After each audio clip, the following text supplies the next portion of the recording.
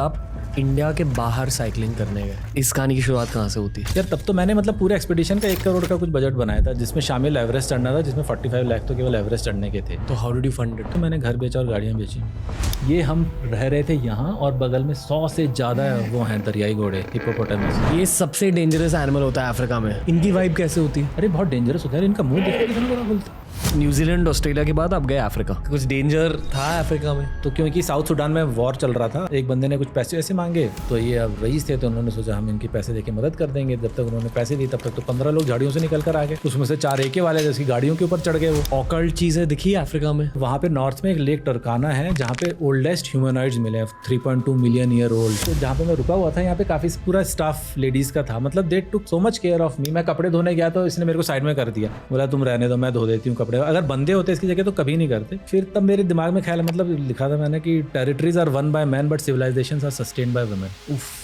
ये एक पूरा OTT का शो है, नेटफ्लिक्स प्राइम वीडियो को इस पर एक डॉक्यूमेंट्री बनानी चाहिए और लोग देखेंगे भी। मैंने कहा कि 2 डेंजरस सिचुएशन हुए थे जानवरों के साथ। शेर बहुत ज़्यादा थे जंगल में और हाथी बहुत ज़्यादा थे। पर आप कॉन्शियस हो कि आसपास लायंस है? हाँ, 100% कॉन्शियस था मैं कि आसपास लायंस है, क्योंकि ये इनफेमस जगह थी लायंस के लिए। सबसे लाइफ थ्रेटनिंग एक्सपीडिशन इंडिया में कौन सी करी आपने? वो नेकांग वाली बहुत खतरनाक थी। मेजर सुशांत के साथ ये है हमारा second part of the same conversation. एक बहुत लंबी कॉन्वर्सेशन करी हमने हथियारों के बारे में, येटीज के बारे में, मिलिट्री के बारे में। इस वाले कॉन्वर्सेशन में हम फोकस करेंगे इनके एक्सपीडिशंस के बारे में, कि जब इनके लाइफ की सेकंड इनिंग स्टार्ट हुई तब इनके दिमाग में था क्या, कैसे करने वाले थे, इनके एक्सपीडिशंस पे इन्होंने क्या क्या देखा है। ज़्यादा कुछ नहीं कहूँगा, बस ये कहूँगा कि enjoy part 2 of this special conversation with Indian special forces veteran major Sushant Singh.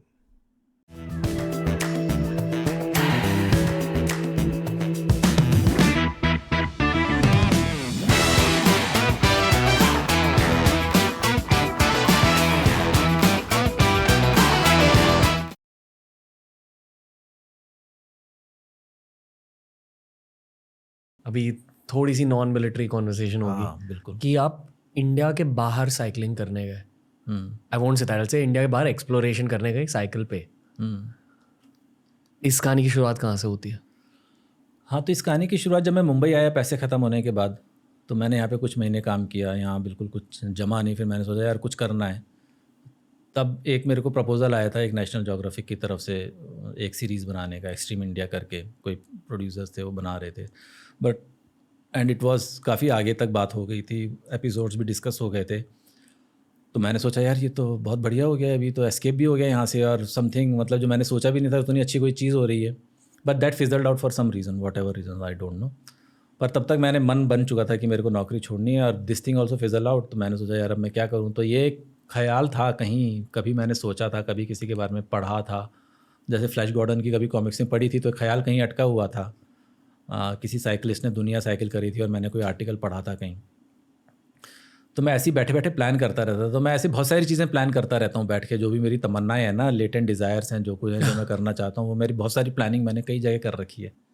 तो समहाउ ये चीज़ आने लगी ऐसे कि यार ये करना है, क्योंकि इसके लिए फ़िज़िकल फ़िटनेस भी एक लेवल की चाहिए, है ना, और टाइम वाज राइप। तो फिर मैंने ये सब कुछ प्लान किया, और ये मैंने वैसे पिछली बार बता रखा है, तो इसलिए मैं जल्दी से बता दूँ। स्पॉन्सरशिप वगैरह मेरे को मिली नहीं। Then I sold off my house and my cars and everything, and then I just took off to leap into the unknown. आपकी वाइफ ने सपोर्ट किया? हाँ बिल्कुल, मेरी वाइफ हर चीज़ में सपोर्ट करती है। आपकी वाइफ इंडिया में ही है अब? हाँ हाँ। Has she travelled with you? नहीं, मतलब इंडिया में तो हमेशा हर जगह, she is an artist, she does pottery, तो हम लोग हमेशा हर जगह साथ ही घूमते हैं।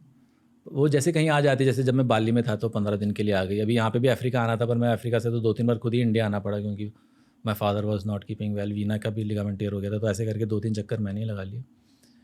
पर इसके साथ एक है, वो जो एक तुमने जो सीरीज़ चला रखी थी ना, डर के आगे जीत है। हाँ हाँ। तो इसमें एक वो बात है कि डर ना 2 तरीके के होते हैं।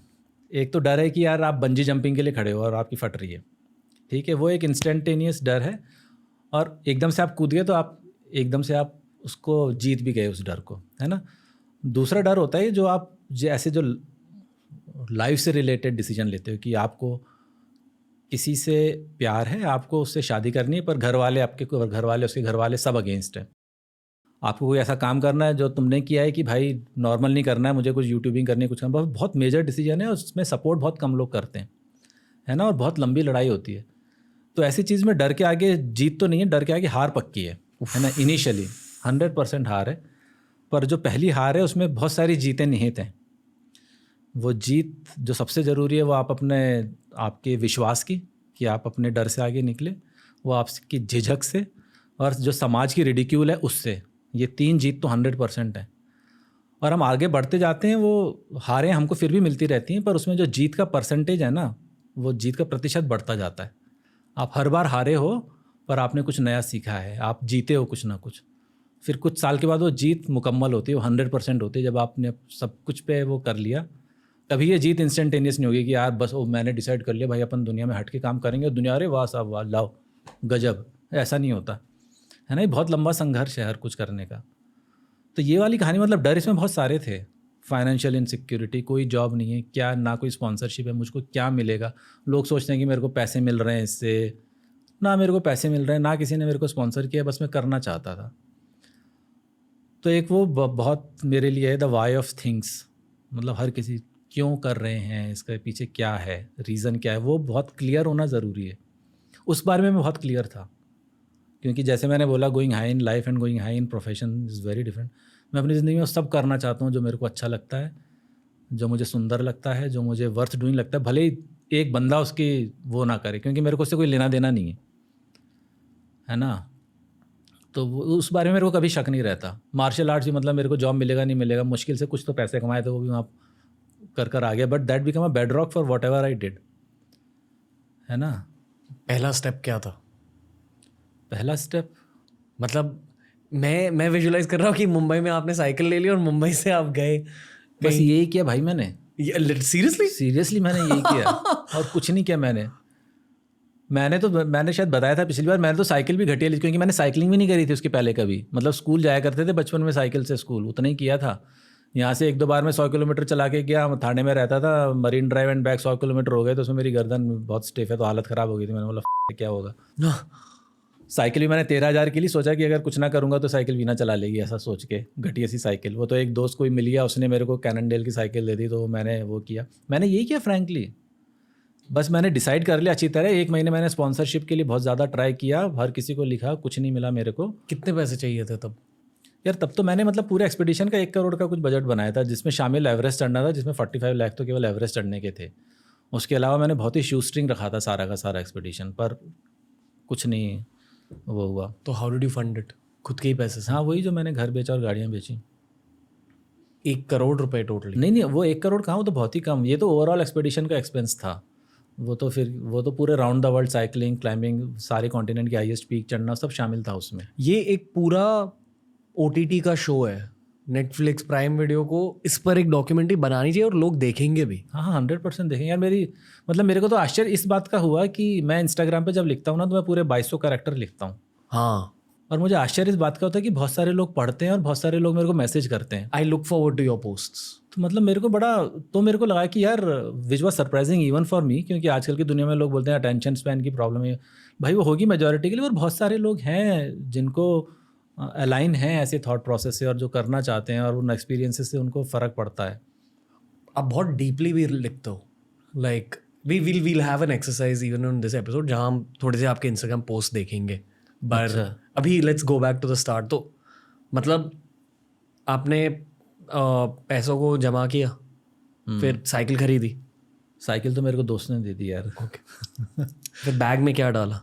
अच्छा, तो मेरा क्या कहते हैं, जैसे 4 पैनियर होते हैं साइकिल, मतलब इंडिया में तो यार कुछ भी नहीं मिलता। तो लकीली मेरा एक वीना का नेफ्यू US से आ रहा था, तो उससे मैंने साइकिल के पैनियर मंगाए। वो भी केवल पीछे के आए थे पैनियर, सामने के, क्योंकि ये MTB थी साइकिल, ये टूरिंग साइकिल नहीं थी। टूरिंग साइकिल में क्या होता है, अटैच करने के वो होते हैं, आप फिक्स कर सकते हैं। इसमें तो कुछ भी नहीं था, तो केवल पीछे के 2 बैग थे, वो कैरियर पे लग गए थे। सामने के 2 बैग के लिए तो कुछ था ही नहीं। पर मेरी किस्मत या जो कुछ भी, या अगर मैं तेरे को कोइंसिडेंसेस या कैसे कैसे मेरे को लोग मिले बताने शुरू करूँ, उसका पूरा एक पॉडकास्ट बन जाएगा। मतलब इतने मेरे को गजब के लोग मिले हैं मदद करने के लिए। तो मैं न्यूजीलैंड लैंड किया, बस मैंने कुछ नहीं किया था, मैंने रास्ता डिसाइड किया था, मैं इस रास्ते पे जाऊँगा। सदर्न टिप पे जाना था न्यूजीलैंड की, तो मैंने इसलिए एक्सपेडिशन न्यूजीलैंड से शुरू किया। फ्लाइट की टिकट? फ्लाइट की टिकट, हाँ, वो जब पैसे जो मैंने घर पर भेज दिया था, जो पैसे थे उससे मैंने वो शायद बहुत बड़ा एक्सपेंस रहा होगा फ्लाइट की टिकट। हाँ, फ्लाइट की टिकट से पहले तो वीज़ा मेरे को नहीं मिला बिकॉज आई वॉज अनएम्प्लॉयड। हर जगह प्रॉब्लम थी, वीज़ा नहीं मिला बिकॉज कोई सैलरी स्लिप नहीं, कुछ नहीं, टूरिस्ट वीज़ा कैसे देंगे, कोई इमूवेबल प्रॉपर्टी नहीं थी मेरे पास। तो देन वो उसकी भी एक अलग ही कहानी। I wrote to high commissioner of New Zealand in India, high commissioner to Australia in India, सब कुछ लिखा। पहले रिजेक्ट कर दिया था उन्होंने वीज़ा, सब ने बोला यार तेरे को नहीं मिलेगा वीज़ा। तो फिर then they gave me the visa. वो लोग भी बहुत अच्छे थे। तो फिर वहाँ न्यूजीलैंड में मैं एयरबीएनबी मैंने बुक किया था एक। तो वो जो बंदा था, he turn out to be a cycling enthusiast. वो बड़ा खुश यार, वो ऐसी लोकल साइकिलिंग किया करता था, उसने कभी लंबी साइकिलिंग करी नहीं थी। He was mighty happy. मैंने बोला अरे पैनियर नहीं लग रहे मेरे, लगवा दो अपनी गाड़ी में। मेरे को घुमाया पूरा क्राइस्ट चर्च में, उसने जो सामान चाहिए था वो खरीदा, उसी ने फिक्स की मेरी पूरी साइकिल। बोला you take rest, I will fix everything, don't worry. बढ़िया। न्यूजीलैंड ऑस्ट्रेलिया के बाद आप गए अफ्रीका? हाँ, फिर south east Asia, Indonesia, Malaysia, bit of Thailand, क्योंकि मेरे को 15 दिन का वीज़ा मिला था। पर obviously then across Chennai to Mumbai. अब इंटीरियर्स में गए ऑफ ऑल दीज प्लेसेस? हाँ, इंडोनेशिया में इतना नहीं, क्योंकि मलेशिया में भी नहीं, क्योंकि यार वो वीज़ा 30 वीज़ा बहुत कम दिनों का था, और तब मेरे को इतना आइडिया नहीं था। अफ्रीका में बहुत रिमोट, मैं कहीं मेन रोड पे नहीं गया अफ्रीका में, जहाँ पे तक हो सके केन्या डाउनवर्ड्स, बिल्कुल मैं एक्सट्रीमली रिमोट एरियाज में गया। तो अफ्रीका में कहाँ कहाँ गए? यार अफ्रीका में मैंने इजिप्ट से शुरू किया था। Egypt, Sudan, Kenya, Tanzania, Zambia, Botswana, then Namibia और साउथ अफ्रीका। कुछ डेंजर था अफ्रीका में एट ऑल? क्योंकि एक स्टीरियोटाइप रहता है अफ्रीका का, स्पेशली वेस्टर्न अफ्रीका का। हाँ वही, ये मार्क ट्वेन ने बड़ा अच्छा कहा कि travel is very dangerous to prejudices, bigotry and fear. मतलब डेंजर नहीं था? नहीं मिला थे, मतलब जंगली जानवरों का एक दो जगह में फंसा जहाँ बहुत ख़तरनाक जगह थी। और पर अदरवाइज़ मैं लेक टरकाना गया केन्या में। तो क्योंकि साउथ सूडान में वॉर चल रहा था, I could not cycle straight way across. Ethiopia में तब सिविल वॉर शुरू हो गया था, तो मैं इथियोपिया नहीं जा पाया। तो फिर मैंने खार्तूम से नैरोबी की फ़्लाइट ली and I then cycled upwards. तो वहाँ पे नॉर्थ में एक लेक टरकाना है जहाँ पे ओल्डेस्ट ह्यूमनॉइड्स मिले हैं, 3.2 मिलियन ईयर ओल्ड वहाँ पे मिले हैं। और वो सॉल्ट वाटर लेके, शायद 3rd लार्जेस्ट लेक है धरती की, और वहाँ कोई जाता नहीं है। तो जब मैं नैरोबी में प्लान बना रहा था, तो यार मैंने बोला यार रोडों पे तो मेरे को साइकिल करनी नहीं, तो ऐसे ही मैं ऑफ द मैप प्लान करता हूँ यार कौन सी रिमोट जगह क्या है। तो मैंने बोला लेक टरकाना जाऊँगा, वहाँ साइकिल करता हूँ, कोई गया नहीं है। तो मैं अपने एक दोस्त के यहाँ रुका हुआ था, तो उसने बोला यार मैं एक दो अपने उससे बात करवा देता हूँ, वहाँ पे सफारी लेके जाता है बंदा। तो कोई इंडियन ही था, नेशनल स्विमर था वहाँ का। तो उसने सब छोड़ के फिर अपना ट्रैवल एंड टूरिज़्म, उसने बोला कि no it is a most dangerous place, you may be in special forces, don't show your bravado, you know we have, वहाँ पे हम आर्म्ड फोर्स एस्कॉर्ट के साथ जाते हैं, पुलिस का एस्कॉर्ट जाता है, 2-3 गाड़ियाँ लेके जाते हैं, कोई रोड नहीं है। और मतलब फिर मैं थोड़ा सा इंसिस्ट किया, मैंने बोला ठीक है मैं चले जाऊँगा, ऐसे कोई परेशानी। नो पिस ऑफ हो गया बहुत ज़्यादा। वो बोला यार तू ज़्यादा अपने को मैचो समझता है क्या, मैं तेरे को समझा रहा हूँ बात, तेरे को समझ में नहीं आ रही। मैंने बोला चलो ठीक है, सॉरी अबाउट दैट। मैं ऑफेंड नहीं करना चाह रहा था, मैं केवल फीडबैक ले रहा था। पर फिर भी वो कीड़ा था कि देखना है क्या है। हाँ वो तो मैं गया ही, मैं सारे फुद्दू वो बोलता। तो वहाँ पे वो टुरकाना और वो संबूरू ट्राइब की लड़ाई चलती रहती है ना, वो सुने होंगे, कैटल वॉर चलते रहते हैं। AK-47 बोला वहाँ पे लोग AK-47 लेके घूमते रहते हैं, वो किसी को भी शूट कर देंगे, ये है वो है। मैंने बोला ठीक है ऐसे करके। तो मेरे को मिले 5-6 लोग AK-47 वाले, पर वो ऐसे पागल थोड़ी हैं कि यार किसी को भी शूट करेंगे। और वो मतलब थैंक गॉड आई वेंट, मतलब इट वाज, और इग्नोरेंस इज ब्लिस। अब मैं नहीं जाऊँगा दोबारा। क्यों? क्योंकि बहुत ही फाड़ू रास्ता था यार, बहुत ज़्यादा फाड़ू रास्ता था। एंड आई थिंक मैं शायद पहला, बहुत साइकिलिस्ट गए भी नहीं होंगे उस वाले रास्ते पे, शायद मैं पहला या दूसरा साइकिलिस्ट होऊंगा जो गया होऊंगा। मतलब रोड थी ही नहीं वो, और पहाड़ बहुत ऊंचे थे। 3000 मीटर तक एक पास था, फिर वो जा रहा था, फिर अगला पास 2000 मीटर का, फिर नीचे, और मतलब बीच में कुछ भी नहीं था, कोई रोड नहीं थी, डर्ट ट्रैक भी नहीं था कई जगह। तो साइकिल को धक्का मारना पड़ रहा था इतनी भारी साइकिल के साथ, और बहुत ही ज़्यादा चैलेंजिंग था बहुत। और गर्मी का मौसम था, बहुत ज़्यादा गर्म था। बट अगेन मतलब बहुत ही, मेरे को तो जितनी विल्डरनेस होती है, जितनी लोनलीनेस होती है, मेरे को वो उतनी ही जगह पसंद आती है। AK वाले बंदे जब मिले तो क्या बात करी आपने उनसे? अरे रुकना नहीं चाहिए यार ऐसी जगह पे, वो बस हेलो हाय करके ऐसे। उनको सबको अंग्रेजी भी आती है, क्योंकि मिशनरीज ने सबको अंग्रेजी सिखा रखी है। तो अब यार मतलब वही अंतर हो जाता है ना, जैसे नॉर्मल बंदा AK-47 देख के 4 बंदों को देखेगा तो फट जाएगी उसकी, क्योंकि उसको आदत नहीं है। हमको आदत है, तो हम ऐसे रुच रिएक्ट करते नहीं है। अगर मान लो कुछ डिफिकल्ट सिचुएशन हो भी गई तो मेरे को पता है कि अगर उसने सेफ्टी कैच सेफ पे है और ट्रिगर पे उंगली रखी तो नहीं उससे गोली निकलने वाली। उसने सेफ्टी कैच को फायर पे किया तो थोड़ा खतरा है। और मेरे को ये भी पता है कि उसको एम्यूनिशन नहीं मिल रहा, जंग लगा एम्यूनिशन लगाया, उसने फायर कर दिया, उसको मिले, उसको दूसरों को लड़ाई करने के लिए रखा है, मेरे को मार के उसको क्या ही मिलेगा। तो कई सारे ऐसे फैक्टर्स होते हैं जो नॉर्मल लोगों को समझ में नहीं आते पर हमको समझ में आते हैं, है ना। तो कुछ नहीं यार, वो आराम से, मैं तो चाय भी उसके साथ बैठ के एक बंदे के साथ वो तो मैं रिकॉर्ड नहीं कर पाता कैमरे में क्योंकि फिर वो हो जाते हैं, वो रिकॉर्ड उनको ठीक नहीं लगता कि कोई रिकॉर्डिंग करे उनकी। क्या बात करी वर उससे यार ऐसे ही एक का तो अंग्रेजी इतनी ज़बरदस्ती, आई एम अ पैस्टोरलिस्ट उसने बोला। मैंने बोला भाई ये क्या होता है? वो जो गाय भैंसे चराते हैं ना उसको पैस्टोरलिस्ट वगैरह कुछ बोलते हैं, अंग्रेजी का हाई फाई टर्म। वो बड़ी देर तक डिस्कशन करता रहा अपनी AK-47 बगल में रख के मेरे साथ 15 मिनट। तो आराम से बातें करी, पानी पिया, चल पड़े यार। फिर उसके बाद पता है जब मैं ट्रैवल करता हूँ ना, बचपन में I used to look forward to food, मुझे खाना था अलग अलग जगहों पे, पर अडल्टहुड में I look forward to meeting new people. अरे यार वही तो मेन है यार, वही तो मेन है कि आप ऐसी जगह जाओ एक तो जहाँ बिल्कुल प्रिस्टीन नेचर है, क्योंकि वो रियलाइजेशन बहुत अलग होते हैं जब आप किसी डेजर्ट में, किसी जंगल में या कहीं पहाड़ों में या किसी लेक या नदी के किनारे बिल्कुल अकेले हो। हम अपने आप को ही लेके इतने प्रेजुडिस्ड हैं और इतने रुके हुए हैं कि हमें पता ही नहीं कि हम जब टोटल फ्रीडम मिलेगी हम कैसे एक्ट करेंगे या कितनी शांति होगी और हम कितना एंजॉय करेंगे। वो एक्सपीरियंस बहुत कम लोग ले पाते हैं। ये AK वाले बंदों से रब ऑफ क्या हुआ? नहीं कोई रब ऑफ नहीं यार, वो तो अपनी गाय भैंसों को लेके घूम रहे हैं आराम से। वो 4-5 लोगों के ग्रुप में रहते हैं, वो सुबह चलते हैं, शाम को रुकते हैं, बातें शातें करी, चल पड़े। बट कुछ ऐसे इन्फ्लुएंस नहीं रहा उनका? यार अब ये प्रॉब्लम ही होती है, अंग्रेजों ने चीज़ें ख़राब करके रखी हुई ना। एक मेरे को रास्ते में मिला बंदा, वो दूसरी तरफ से आ रहा था, अमेरिकन कपल। उन्होंने युगांडा में, अफ्रीका में ये बहुत है, बहुत मज़े, वहाँ पे गाड़ी हायर करो, पूरे देश घूमो और कहीं पे भी गाड़ी ड्रॉप कर दो। युगांडा में लो, केन्या में ड्रॉप कर दो 4-5 दिन।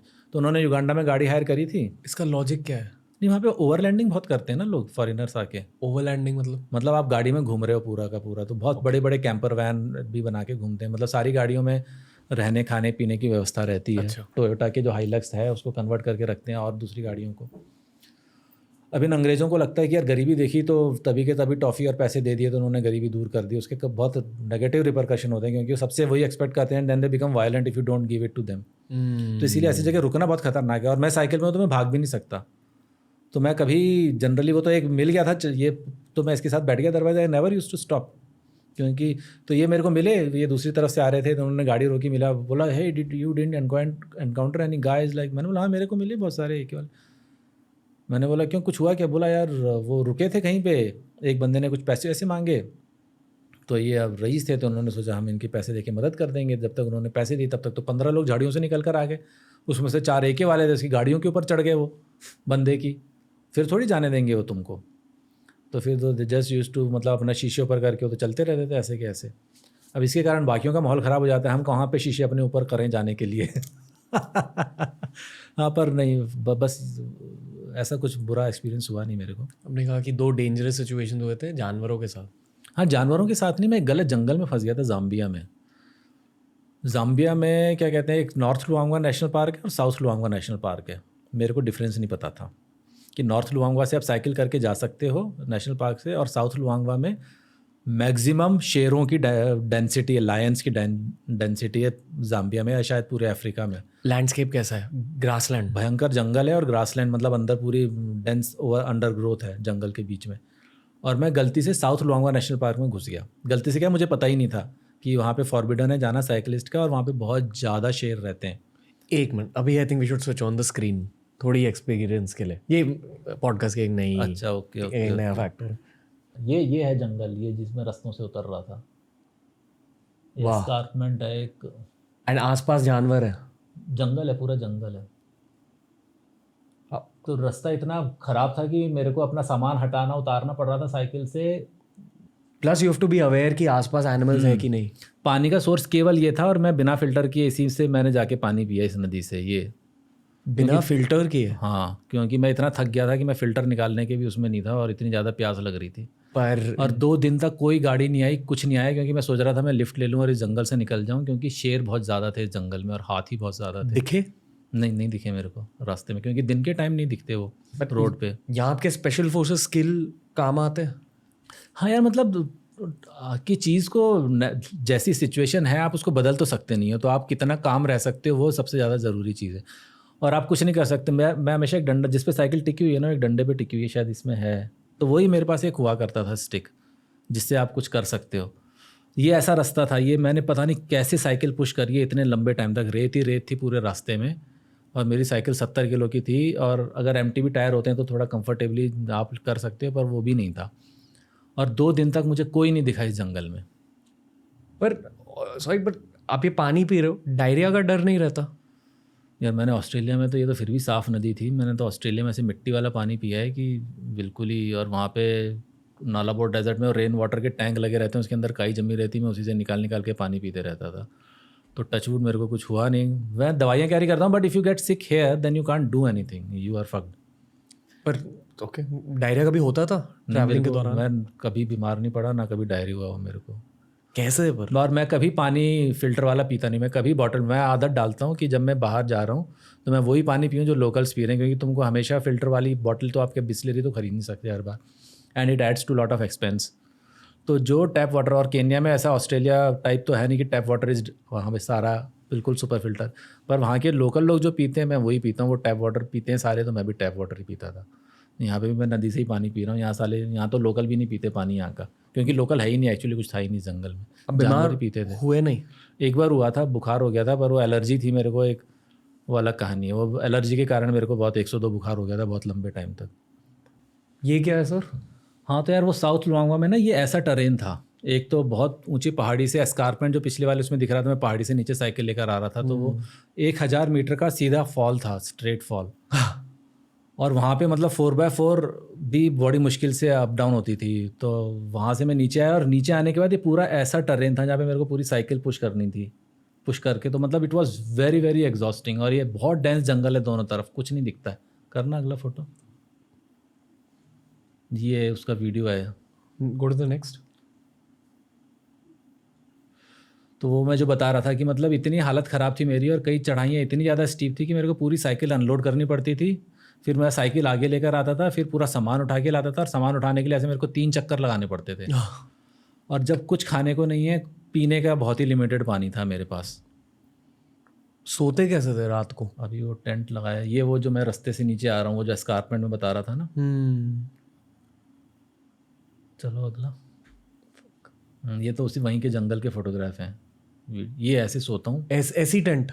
हाँ ये टेंट है, वो जो साफ़ किया वो मैंने साफ़ करा था शाम को उन जगह टेंट लगाने के लिए। Nice beard. हाँ अभी थोड़ा जेंटलमैनली हो गया हूँ।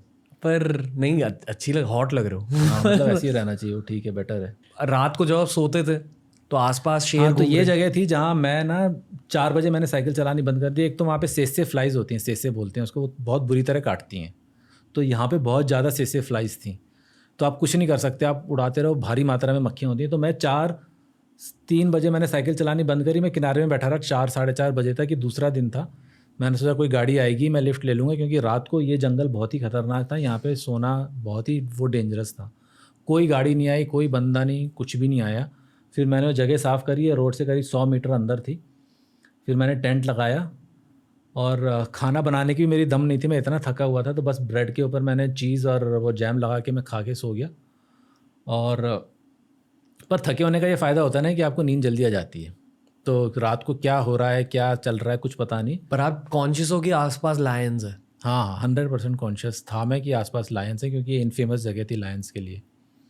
फिर मैं जब सुबह उठा तो मेरे को आसपास पग मार्क्स भी दिखे, बहुत बड़े बड़े पग मार्क्स थे, वो कैट टाइप के, कि आसपास लायंस शायद आए। हाँ, और सोचा कि अरे ये तो अपने जैसा है फिर निकल गए। और हाथी के तो मेन उस पे जो रोड जो बिल्कुल ही 50 मीटर इधर थी, उस पर तो पूरे हाथियों का झुंड गया हुआ था। वो तो हाथी के आपको दिख जाते हैं पग मार्क्स बहुत बड़े। इसके नीचे एक और वो है जो एक दिखेगा कि वो जंगल कितना घना था। हाँ ये मैंने ड्रोन, तो पहले दिन रात को किस्मत से मेरे को ये बहुत, कहीं मेरे को रहने की टेंट करना चल नहीं रहा, जगह नहीं मिली मेरे को कहीं पे भी वो करने की। ये क्या हो रहा है? हाँ तो ये ड्रोन से मैंने शूट किया है। तो ये मेरे को किस्मत से एक छोटी सी क्वेरी मिल गई थी, जहाँ जंगल के बीच में उन्होंने कुछ मिट्टी विट्टी निकाली होगी। पर तो यहाँ क्यों ठहरे? क्योंकि सेफ होती है ये नहीं, जगह? शाम हो गई थी और कहीं जगह नहीं थी, तो किस्मत से मेरे को जगह मिल गई। नहीं तो फिर मुझे कहीं वैसी जंगल साफ करना पड़ता। ये किस्मत से मेरे को थोड़ी सी कटिंग मिल गई रोड के बगल में भी, ऊपर से दिखेगा रोड कहाँ जा रही है, और अभी पता चलेगा कि कैसा जंगल है। और ये इतनी सी कटिंग है। एंड शायद आपसे 100 मीटर दूर ही हाँ, ये सामने से रोड जा रही है ना, ये जा रही रोड, उस नीचे दिख रही है ना। मैं जानवरों के बारे में सोच रहा हूँ सर, मतलब अगर इतना डेंस जंगल दिख रहा है, ऑब्वियसली इंसेक्ट्स है, एनिमल्स है। हाँ हाँ, अरे ये तो भरा पड़ा है, सबसे ज़्यादा फेमस है जंगल सफारी के लिए जंग वहाँ पे। आप लिटरली एक डेंस जंगल के बीचों बीच हो। हाँ बिल्कुल अकेले, और कोई मतलब कोई आदमजात है ही नहीं कई किलोमीटरों तक। रात को ये क्या तो छोटा सा वीडियो है एक्चुअली, ये पूरा मैंने वो करके लिया था। रात को क्या सुनाई दे रहा था? यार सो जाते हैं यार, मेरे को कोई टेंशन नहीं होती, मैं सो जाता हूँ क्योंकि लायंस नॉक्टर्नल होते हैं। हाँ नॉक्टर्नल होते हैं, वह रात को हंट करते हैं। आई डोंट नो कैसा माइंडसेट। हाँ मतलब वो बहुत न्यूट्रल होना पड़ता है उसके लिए, कि अगर इतना डर है चीज़ों का तो फिर आप ये काम नहीं कर सकते हो। और पता है ये भी मतलब एक तरीके का, ये मैंने बहुत सारे ज़िंदगी में डिसीजन ना प्रोबेबिलिटी के हिसाब से लिए, कितने लोगों को शेर ने खाया है, कम लोगों ने खाया है। तो मेरे को जो चीज़ ठीक लगती है स्टैटिस्टिक्स से मैं ले लेता हूँ। तो अभी मैंने पूरा वो भी किया है इसके चारों तरफ वाला, और भी मेरे वीडियोस हैं, तो बहुत ही ज़्यादा घना जंगल था। तो नमीबिया के भी हैं अगर देखने फोटोग्राफ्स ऊपर तो। नहीं एक्चुअली जस्ट थोड़ा we'll take a pause from that. Lions दिखे इन पर्सन? नहीं, एलिफेंट्स बहुत ज़्यादा, पर अफ्रीकन एलिफेंट्स बहुत अग्रेसिव होते हैं। बहुत अग्रेसिव होते हैं, इंडियन एलिफेंट से बहुत अलग हैं अफ्रीकन एलिफेंट्स। अगर एक इंडियन एलिफेंट और अफ्रीकन एलिफेंट को साथ में रखा तो क्या होगा? ये मेरे को लगता है हमारे इंडियन एलिफेंट ना बहुत स्पिरिचुअल किस्म के वो हैं। सच है, बहुत शांत है वो, क्यूट होते हैं, क्यूट होते हैं बहुत ज़्यादा, उनके चेहरे पे एग्रेशन नज़र नहीं आता इंडियन एलिफेंट्स के। अफ्रीकन एलिफेंट्स का तो बहुत चेहरे पे वो आता है अग्रेशन। उनके तो कान भी इतने बड़े, सूंड भी अलग तरीके की होती है, तो लगते हैं वो उस टाइप के। इंडियन एलिफेंट्स तो बहुत क्यूट हैं। फिर हमने मतलब हमारी सोसाइटी का हिस्सा रहे हैं इतने टाइम से Indian elephants, south Asian society का भी, तो साउथ ईस्ट एशिया वगैरह में भी, तो वो तो हमारे कल्चर का हिस्सा है एलिफेंट्स। ब्रोज हैं। हाँ अफ्रीकन एलिफेंट्स ब्रोज हमें तो गणेश जी भी हैं, वो तो हमेशा साथ ही रहते हैं टाइप्स में, तो ये बिल्कुल घरू हिसाब किताब है। आपको वाइल्ड में दिखे? हाँ हाँ, वाइल्ड में बहुत दिखे एलिफेंट मेरे को, हैं वीडियोस इसमें नहीं डाले मैंने। Do they notice you? क्योंकि कहते हैं कि एलिफेंट्स आईसाइट इज ग्रेट, तो दे आईसाइट और नोटिस। मेमोरी भी। अगर आपने किसी को एलिफेंट को कभी भी किसी ने हार्म करने की कोशिश करी, एलिफेंट्स आए वापस बदला लेने के लिए और उनको याद रहता है। पर बोत्सवाना में तो एलिफेंट हाईवे है एक बहुत, 300 किलोमीटर, वहाँ हाथी हैं। मेरे पास हैं वीडियोस जिसमें भी हैं, दिखाऊंगा। उनसे डर लगता था? यार चुपचाप से निकल जाओ फ्रैंकली, तो इसीलिए मैं ऐसे देखता भी नहीं था ज़्यादा, चुपचाप से निकल जाता था, थोड़ा कैमरा घुमा के रिकॉर्डिंग कर ली टाइप से में। पर आई कांटेक्ट भी नहीं करते थे उनके साथ? यार वैसे जनरली वो एलिफेंट ऐसे अटैक नहीं करते। जो मेल एलिफेंट अकेला घूम रहा है वो डेंजरस है, पर अगर झुंड है वो, मतलब लड़कियां हमेशा से शांत रहती हैं ना हर स्पीशीज़ की, तो जहाँ पे झुंड है वो तकरीबन यू कैन बी श्योर कि ऐसा कुछ नहीं। जहाँ सिंगल मेल एलिफेंट है वो बहुत डेंजरस है, स्पेशली अगर गर्म हो चुका है तो। हाँ, तो उसका भी रहता था, क्योंकि जहाँ पे दिखते थे खासकर बोत्सवाना का ना, 300 kilometre when you enter Botswana, Kazungula से एक नाटा करके जगह 300 किलोमीटर, उसको एलिफेंट हाईवे बोलते हैं। तो अगर हाथी दिखते हैं तो वहाँ पे स्टैंडर्ड प्रैक्टिस है, वहाँ पे रुक जाओ, कोई गाड़ी आएगी उसके पीछे पीछे पकड़ के, वहाँ गाड़ी वाले आपको अपने बगल में रख के ले जाते हैं, क्योंकि एलिफेंट्स अटैक कर सकते हैं, सिंगल एलिफेंट है जो कुछ है। ये पिरामिड्स के बारे में बताओ, ये क्या है? वो सूडान के पिरामिड्स हैं, करीमा के। तो ये मतलब ये नूबियन जो डायनेस्टी थी, एक्चुअली नूबियंस अपने आप को ये फ़ारो से भी बड़ा समझते हैं। ये सूडान की डायनेस्टी थी जिसने इजिप्ट पे भी 900 साल रूल किया। तो ये उनके पिरामिड्स हैं, पर ये बहुत छोटे पिरामिड्स हैं। देखना आगे भी और फोटोग्राफ होंगे शायद इसमें। अच्छा, ये तो हमने कैंपिंग करी डेजर्ट में। हाँ, रोज ही कैंप करता था यार मैं तो रोज ही कैंप। डेजर्ट में ज़बरदस्त ठंड होती है कि? हाँ, रात को बहुत ठंडा हो जाता है, बहुत ठंडा हो जाता है। As cold as mountains? हाँ, माउंटेन्स इतना तो नहीं, मतलब 1-2 डिग्री तो टेम्परेचर हो जाता है डेजर्ट में सर्दियों के मौसम में। पर वो पिरामिड्स के अंदर गए आप? नहीं, ये पिरामिड्स बंद हैं, इनमें कुछ नहीं, बहुत छोटे पिरामिड्स हैं ये सब आपके अफ्रीकन एडवेंचर्स हैं। ये लेक टुर्काना के रास्ते का फोटोग्राफ है ये वाला। हाँ, ये रास्ता ऐसा था, और भी होंगे इसमें फोटोग्राफ्स। आपका माइंडसेट क्या होता है जब आप इतने लॉन्ग डिस्टेंस के लिए साइकिल कर रहे हो? आप बस अब्जॉर्ब कर रहे हो चीज़ों को। आई लव इट यार, और दिमाग में बहुत सारी चीज़ें चलती रहती हैं, मतलब बहुत बड़ा क्लेंजिंग प्रोसेस है ये, क्योंकि आपके आसपास कोई नहीं है, आपके दिमाग में कुछ नहीं चल रहा, आप भयंकर फिजिकल एक्सर्शन कर रहे हो, and you are absolutely naked in thoughts, in your actions. कोई जज करने वाला नहीं है, तो मतलब वो इसीलिए मेरे को लगता है कि शायद हमारे पुराने लोगों ने इतनी ज़्यादा तीर्थ यात्राएं क्या होती थी यार, तीर्थ यात्राएं आप इसलिए नहीं कि आप बद्रीनाथ पहुंच गए आपको सैल्वेशन मिल गया, या प्रयागराज पहुंच गए, ऐसा नहीं होता। वो तो केवल एक डेस्टिनेशन थी, क्योंकि जब आप 1 महीना 2 महीना चल के जा रहे हो, है ना, फिर सारे ख्याल चर्न होने शुरू होते हैं अंदर, फिर आप बहुत ज़्यादा हार्डशिप झेल रहे हो, आपको बहुत अच्छे लोग मिल रहे हैं, आपका लाइक माइंडेड लोग मिल रहे हैं, और चल के जब आप बद्री विशाल के दर्शन करते हो, जब 1 महीने आपकी हालत ख़राब हो चुकी है हर तरीके से, या केदारनाथ पहुँचते हो जब इतने संघर्ष के बाद, तो मतलब अपने आप ही वो एक अलग, हेलीकॉप्टर से जाके केदारनाथ के दर्शन करके आ गए तो कुछ मतलब नहीं है उसका भाई, फ्रैंकली कोई मतलब नहीं है, ठीक है। या आप गाड़ी से चले गए बद्रीनाथ और दर्शन करके आ गए, कोई मतलब नहीं है। मैं बद्रीनाथ में 2 महीने रहा हूँ। जब पलटन में था तो माना जो आखिरी गांव है वहाँ पे हमारी पोस्ट हुआ करती थी, मैं 2 महीने एक बार भी बद्रीनाथ नहीं गया, क्योंकि मुझे यार बहुत हीडियस लगता था वहाँ लोगों को देखना, बड़े लाउड स्पीकरों पे गंदे गंदे, आजकल तो भजन के नाम पे फिल्मी धुनों पे भजन बनाते हैं, बिल्कुल ही जो हीडियस हैं, लिटरली हीडियस हैं, और भीड़ लगी पड़ी है, गंद फैली पड़ी है। पर जब नवंबर में कपाट बंद होते हैं बद्रीनाथ जी के, और हम रोज़ जाया करते थे वहाँ, तप्तकुंड है तो मैं अपने बंदों को लेके जाया करता था, हफ्ते में 2-3 बार वहाँ तप्तकुंड में नहाकर आते थे, पर मैं मंदिर कभी नहीं गया। फिर जब कपाट बंद होने वाले थे, जिस दिन कपाट बंद होने वाले थे उस दिन मैं बद्रीनाथ जी के मंदिर गया, जहाँ मैं केवल अकेला था, कोई भी नहीं था, पुजारी भी नहीं थे वहाँ पे। मैं आराम से मैंने 2 घंटे बिताए वहाँ पे, और फिर शांति से वापस आया। क्या किया 2 घंटों के लिए?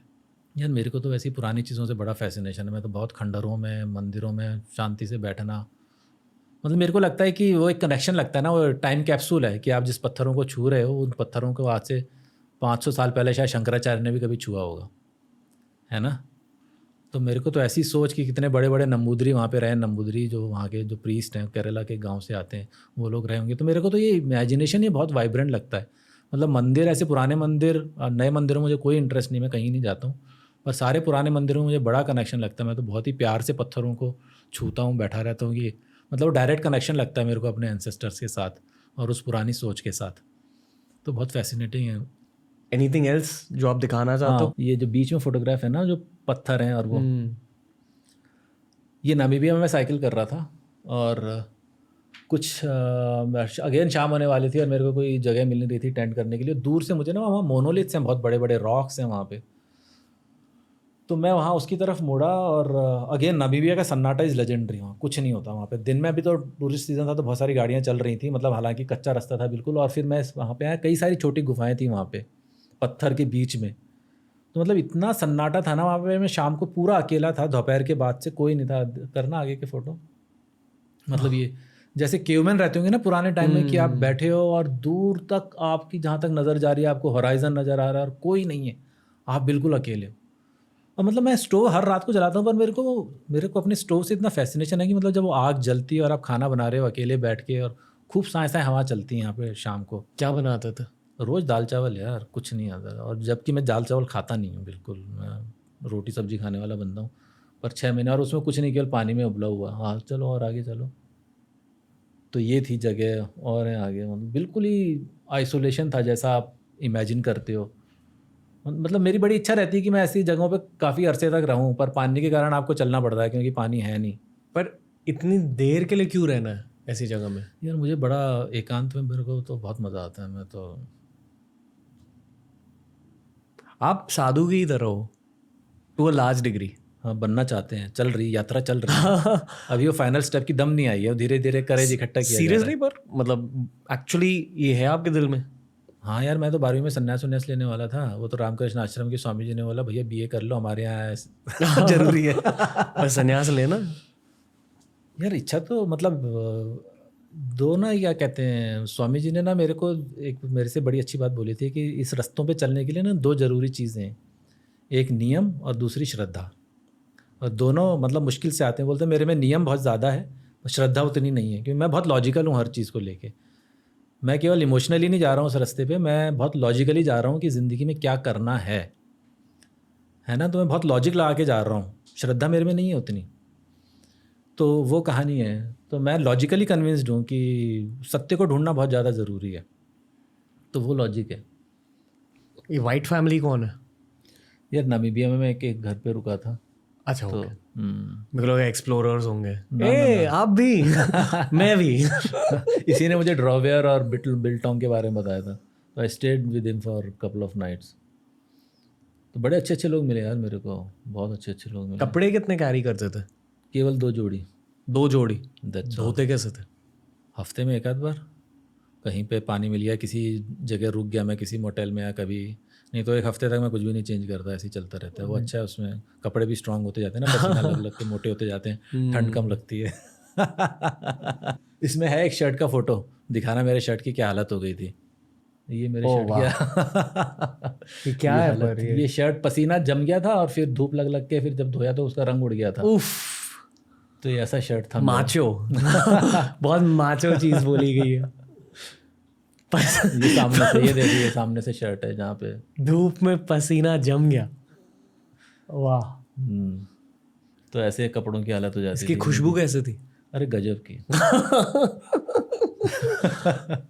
ग्रेट। नहीं तो ये फालतू की हाइजीन वाइजीन ना हमको ज़्यादा ही ऑब्सेस्ड रहते हैं। ये कौन सी जगह? बहुत सुंदर जगह है, बीच जो नीचे। ये क्या, कौन सी कंट्री है? ज़ांज़िबार।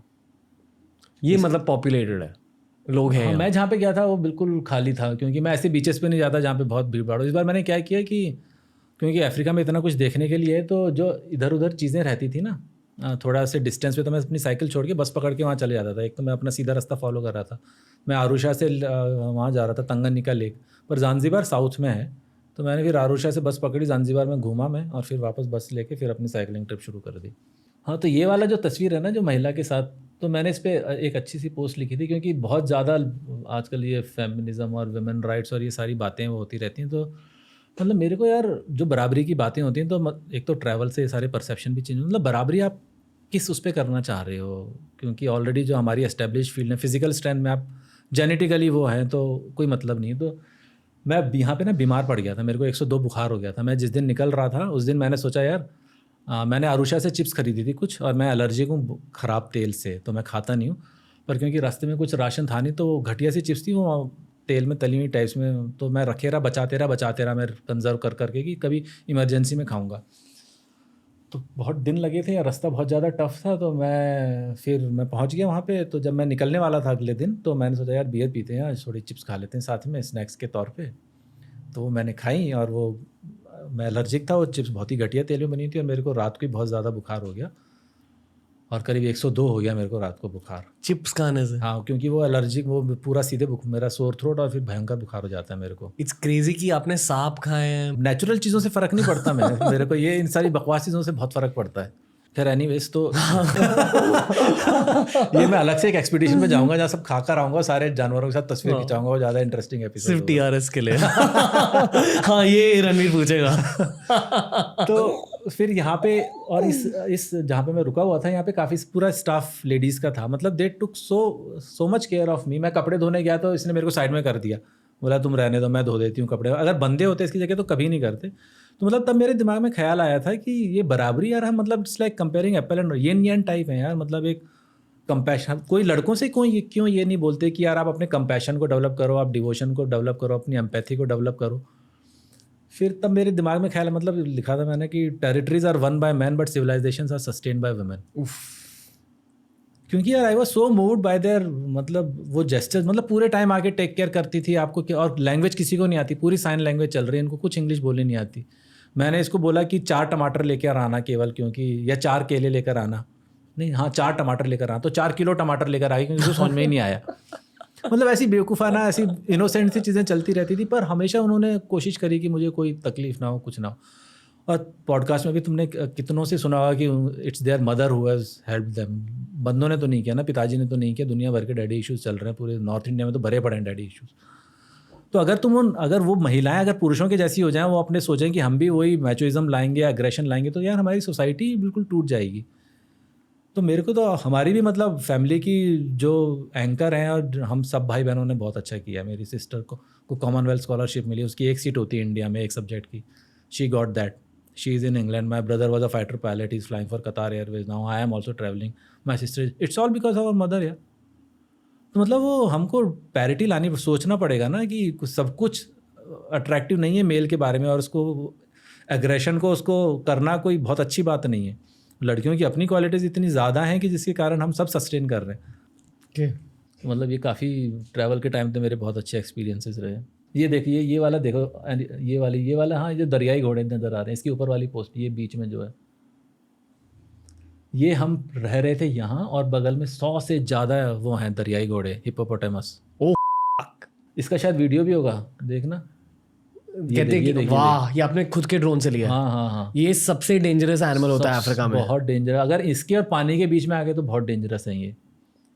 और हम बिल्कुल बैंक पे थे, टेंट मैंने लगा रखा था और ये लोग यहाँ पे थे यार। और भी है वीडियो। इनकी वाइब कैसे होती है? अरे बहुत डेंजरस होता है। इनका मुंह देखा कितना बड़ा खुलता है। सबसे ज्यादा यहाँ मैं वहाँ पे था, बगल में वो जिराफ पानी पी रहा है और एक और बेबी हिप्पो का भी है इसमें वीडियो। इसके आगे होगा, ये छोटा बेबी हिप्पो निकलेगा, ये तो जिराफ का है। हाँ ये सो क्यूट। बेबी हिप्पो भी मार सकता ना, पर हाँ हाँ हाँ। तो मैंने मतलब वो किसी की जगह थी तो मैंने उससे पूछा यार ये इतने ढेर सारे हिप्पो हैं, ये क्या है यहाँ पे, मतलब कैसे? बोला नहीं अभी कुछ। मैंने बोला कुछ हुआ क्या? बोला नहीं 5 साल पहले इसने एक आदमी को मारा था, अभी ठीक है। पर आई तो थिंक वो स्टैटिस्टिक्स वाली बात है। अच्छा 5 साल में नहीं मरा तो मेरा ही नंबर थोड़ी आएगा मरने के लिए, तो इसलिए टेंट लगा लो। पर आई थिंक ये सिर्फ तब मारते हैं जब आप इनकी टेरिटरी में जाते हो। हाँ इनकी टेरिटरी में, या फिर आपको कभी हिप्पो और पानी के बीच में नहीं आना चाहिए, फिर वो बहुत एग्रेसिव हो जाते हैं। जैसे हमेशा पानी में रहते हैं ना, अगर जैसे मैं हिप्पो वहाँ पे है और मैं पानी इधर साइड में आ गया उसके और पानी के बीच में, then it will attack, definitely attack. तो ये सबसे ज्यादा डेथ्स वाइल्ड लाइफ की वजह से, ये हिप्पो की वजह से होता है। पर क्यों? लॉजिक क्या होगा? यही कि पागल हो जाता है। हाँ वही टेरिटोरियल ही होगा मेरे ख्याल से, और कुछ नहीं है। और ये भागते बहुत तेज हैं, दिखते अनफिट हैं पर 40 किलोमीटर पर आवर की स्पीड टाइप से भागते हैं। ठीक है। ऐसे तो ये न्यूजीलैंड का फोटोग्राफ है, ब्राडोनिया अगर दिखाना है तो, वहाँ पे ब्रेस्ट कैंसर के लिए ये दुनिया भर की ब्रा टंगी हुई है वहाँ पे। अच्छा, इसकी बड़ी इंटरेस्टिंग कहानी लिखी हुई है मैंने। क्या है कहानी? यार पहले ना गांव में एक ऐसी फेंस थी, तो कुछ आई लड़कियां, उन्होंने किसी ने ब्रा टांग दी अपनी वहाँ पे। तो वहाँ के बड़े बेचारे कंजर्वेटिव, न्यूजीलैंड बहुत ही मतलब रूरल इलाकों में बहुत शांत और रिलीजियस टाइप का है, तो बड़ी उनको कष्ट हुआ यार यहाँ पे क्यों ब्रा टांग के चले गए। फिर कुछ टाइम में और फिर लड़कियाँ आई, वो निकाला तो फिर वो लड़कियों में आ गया। अच्छा निकाला तो उन्होंने जाके और टांग दी 4।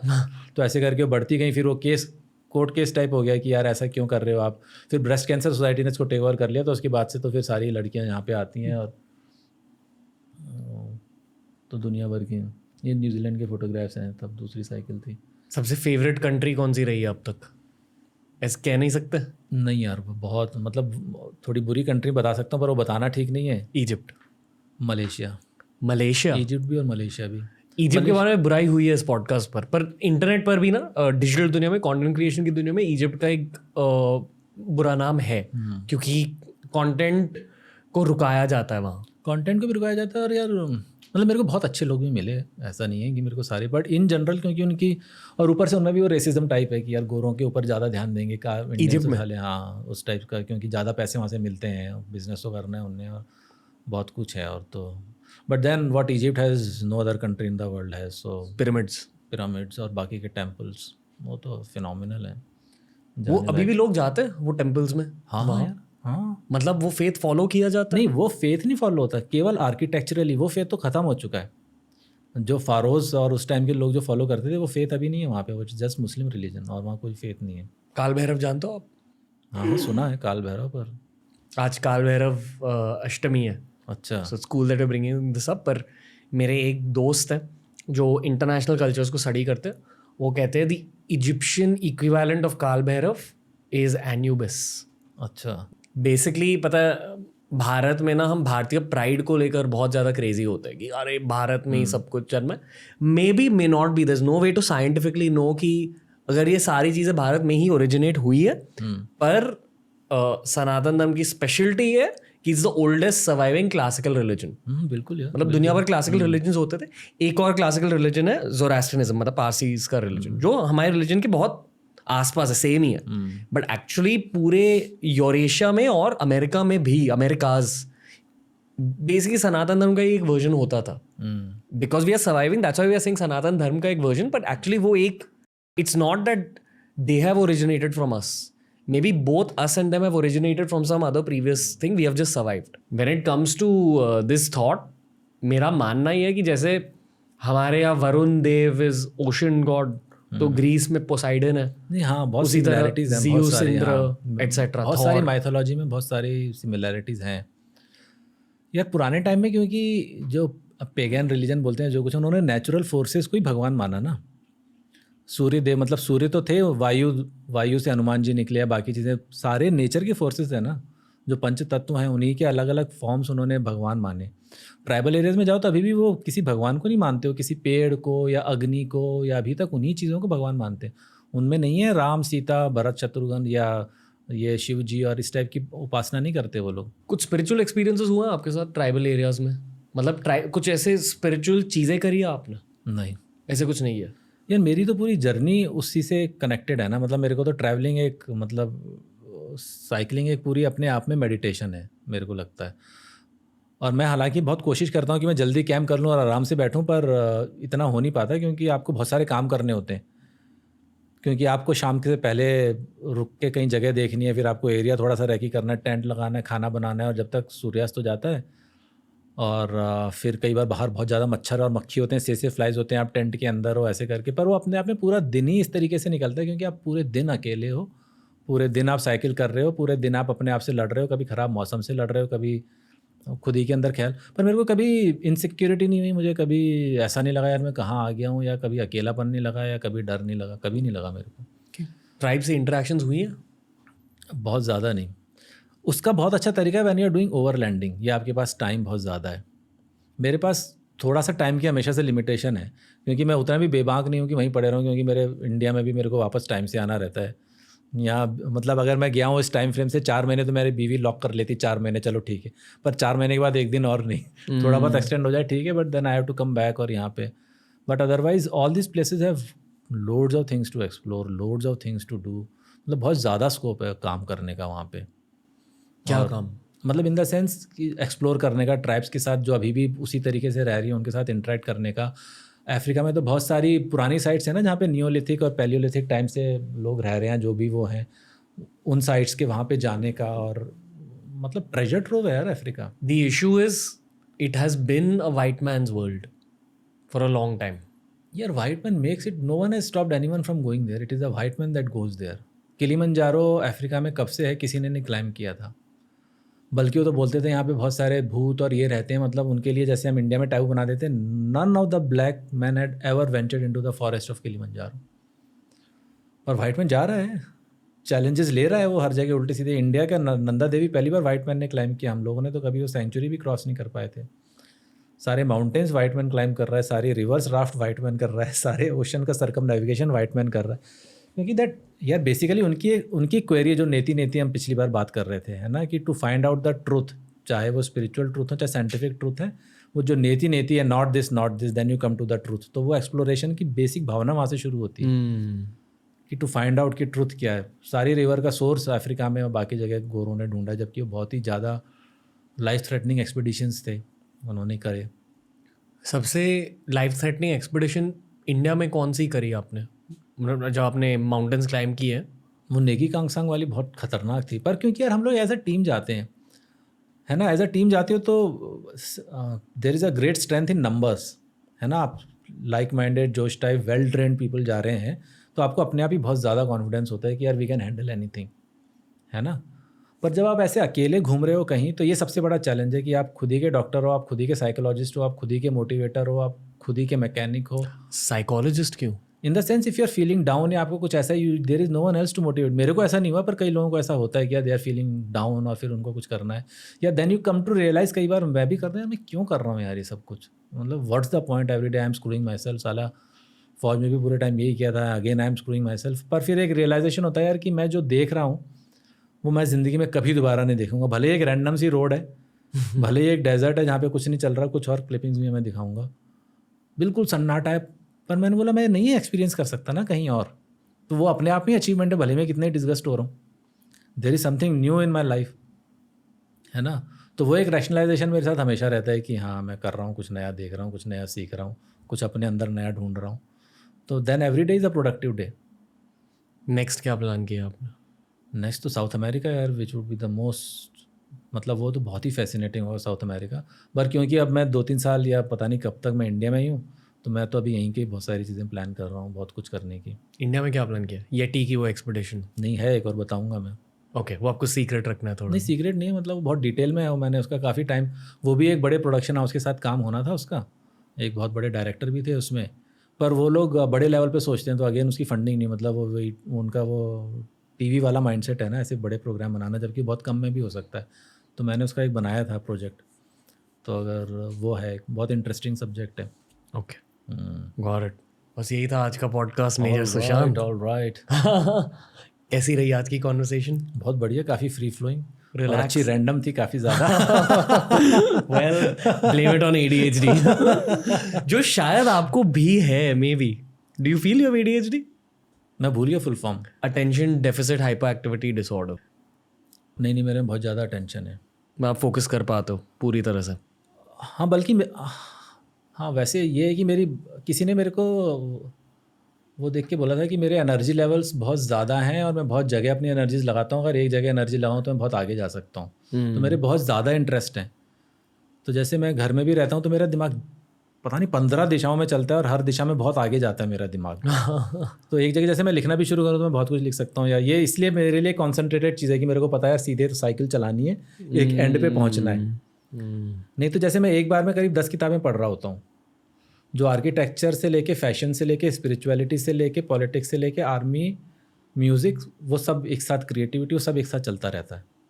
और इंडिया में आप कहाँ रह रहे हो अब? भोपाल में। Bhopal? Okay, will come and see you then. हाँ, 100%। लेक के साइड में बैठेंगे। Fantastic, it's a beautiful place. One of my favourite cities for शांति। तो मुझे स्विच ऑफ करना होता है। अरे बहुत गजब। मेरा बेस्ट फ्रेंड भोपाल से है, सो लाइक इसलिए that's why I have been there. Great यार, great. But major Sushant, thank you फिर से, and thank you so much यार, thank you. It was a great conversation after a long time. I am glad sir. और भी चीज़ें download करनी है आपसे, but for the next time. Thank you sir. Thank you. तो दोस्तों, ये थी हमारी मेजर सुशांत रिटर्न्स स्पेशल। कैसी लगी दो कॉन्वर्सेशंस हमें कमेंट्स में बताइए। ये ट्रूली एक TRS ऑल स्टार है। अगर कॉन्वर्सेशन अच्छी लगी तो हमें ये बताइए कि अगली बार आप इनसे किन चीज़ों के बारे में सुनना चाहोगे। इनके हैंडल्स हमने लिंक कर दिए हैं डाउन बिलो। मैं जानना चाहूँगा कि इनकी येटी एक्सप्लोरेशन मिशन कैसे जा रही है। I am always excited to talk to Major Sushant. हमारे बहुत सारे वेटरन्स अब ग्रेजुअली लौट कर आएंगे शो पर, so stay tuned. Lots of great military themed episodes of TRS are coming up. Keep supporting and Jai Hind.